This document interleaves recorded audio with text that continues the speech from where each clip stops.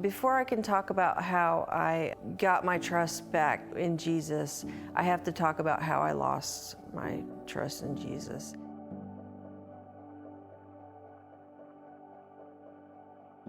It was a slow process. I got a surgery and I started taking medication for the surgery, and I ended up getting addicted.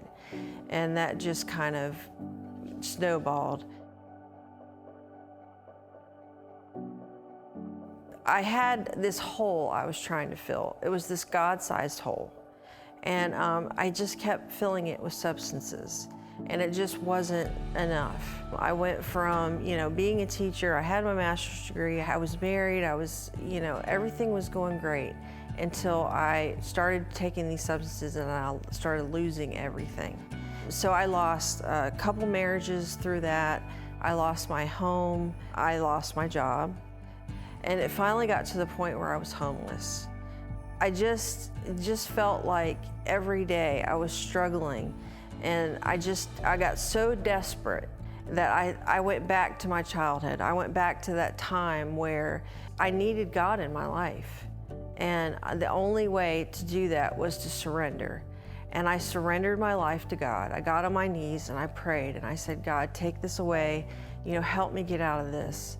And it didn't happen all at once. I struggled and I relapsed a few times, but by and large, I got back on track because I started to fill this God-sized hole with God. That's how I got my trust back in Jesus. I surrendered and I decided to fully dedicate my life to God again. My baptism day means so much to me. It was so symbolic of the transformation of me being a different person. And I already was, but this was the symbol of it.